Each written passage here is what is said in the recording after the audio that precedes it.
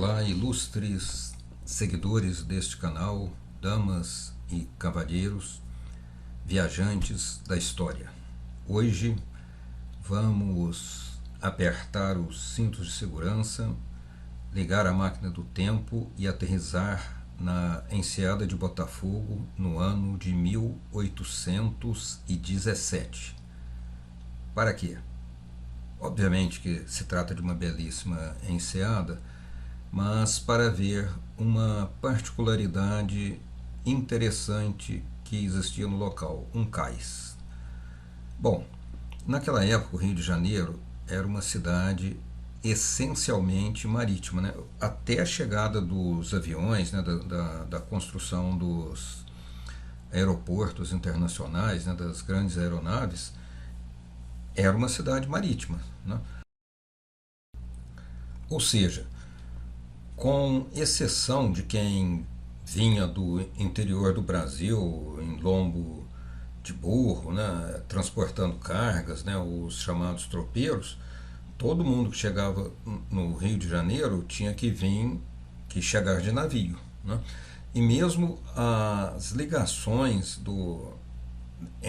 entre os diversos pontos da cidade eram feitas muitas vezes por barcos, né? A ligação para Botafogo era difícil, muitas montanhas no meio do caminho, né? O Dom João VI, por exemplo, construiu a Estrada das Lanternas para ligar a Praça 15, antigo Largo do Paço, à Quinta da Boa Vista, em São Cristóvão.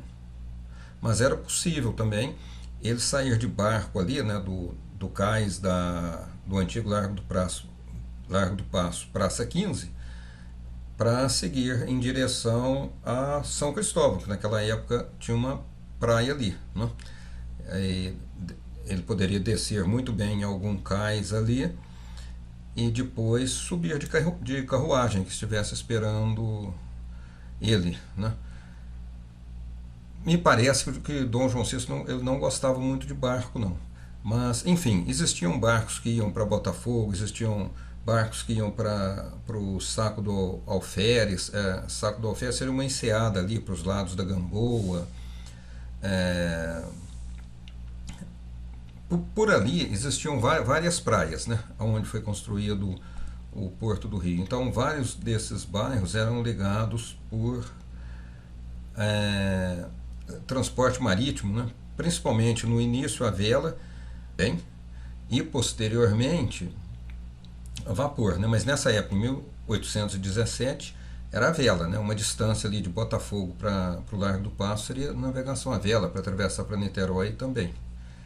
Então, vamos analisar esta imagem que foi feita por um artista austríaco chamado Franz Josef Froberg. Como ele era austríaco, né? Na Áustria se fala alemão, então é um nome meio trava-língua.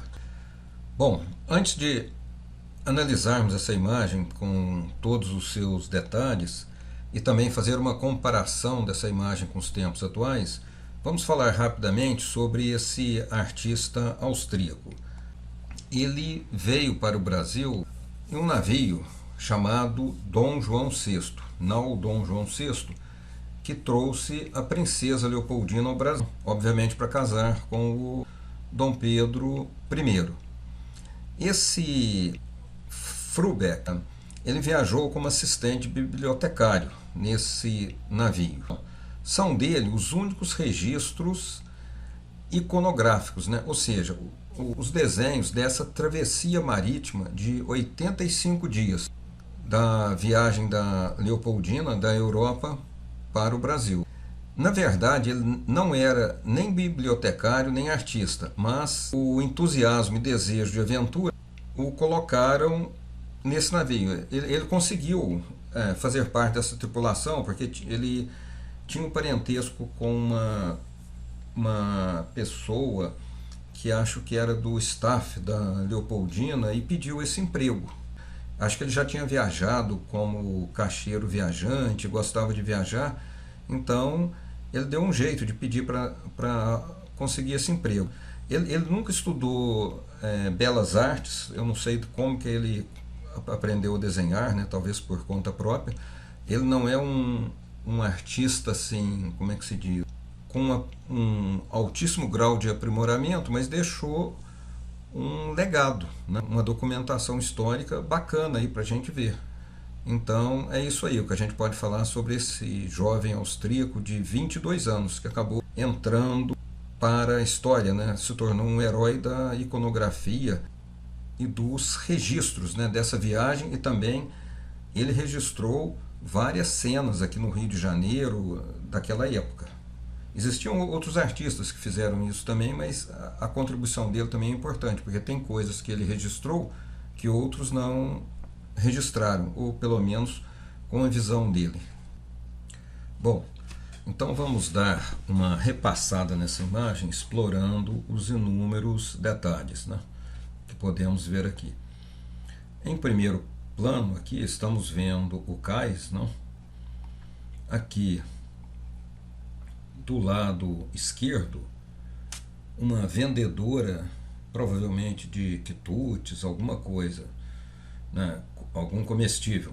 Nessa época, essas vendedoras carregavam na cabeça, né, apoiado na cabeça, a bandeja. Aqui do lado direito estamos vendo um pescador, né? Aqui um barco à vela.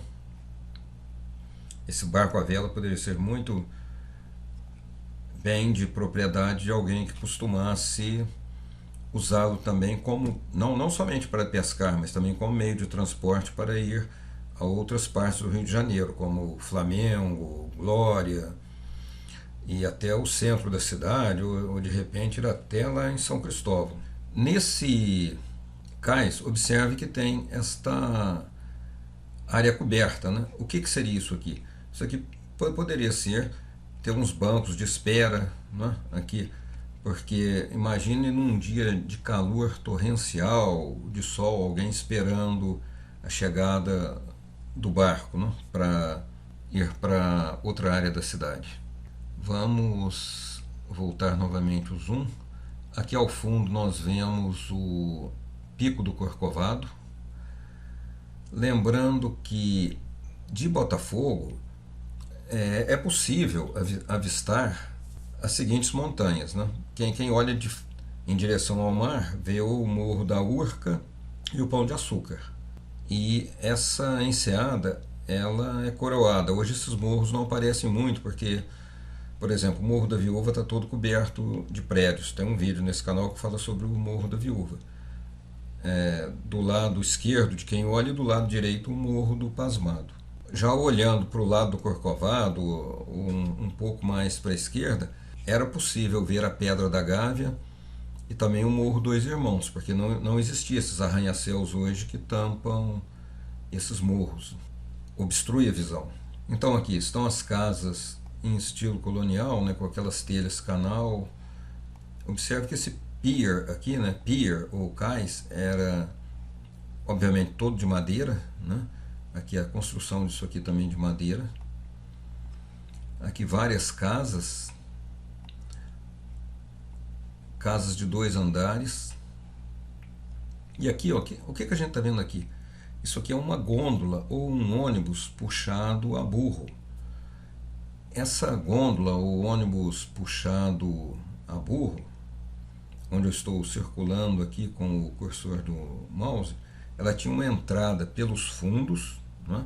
E os passageiros ficavam sentados frente a frente, olhando uns para os outros, né? De frente, de uns para os outros. E nessa parte de cima aqui, onde está o condutor, existia espaço também para outros passageiros, para ir junto, e aqui em cima também poderia carregar carga, né? Existe um vídeo neste canal também sobre as gôndolas, sobre esse interessante meio de transporte que existiu no Rio de Janeiro antes da chegada dos bondes. E, bom, vamos continuar dando uma olhadinha aqui, né, nesse trecho da praia de Botafogo, lembrando que nesta mesma praia, na esquina da atual rua Marquês de Abrantes, existiu um casarão que pertenceu também e onde morou a dona Carlota Joaquina. Me parece que ela morou bem, ela usava aquilo como uma casa de recreio, onde os filhos dela também iam às vezes visitá-la ou passar fins de semana junto com ela. Falando de filhos, né, os príncipes, né, que seria o Dom Pedro I, o Dom Miguel. Bom, então agora vamos ver uma comparação desta antiga representação da Praia de Botafogo comparado com uma foto atual.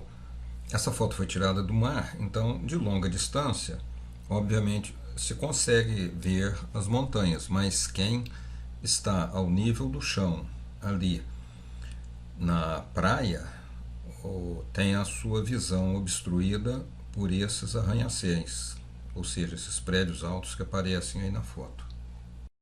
Se você gostou desse vídeo, marque um like, inscreva-se no canal e clique no sininho para que você receba atualizações.